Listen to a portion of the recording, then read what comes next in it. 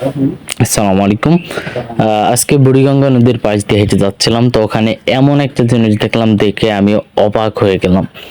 আমি পুরো অবাক হয়ে দেখছিলাম আল্লাহর এই ক্ষুদ্র নিয়ামত দেখে আমি অবাক হচ্ছি। না জানি কত নিয়ামত রেখেছেন আল্লাহ আমাদের জন্য, হয়তো এখনো দেখি নাই, এখনো সে সম্পর্কে জানে না। ভিডিওটা ভালো লাগলে লাইক, শেয়ার, কমেন্ট করবেন। অবশ্যই চ্যানেলটা সাবস্ক্রাইব করে আমার পাশে থাকবেন।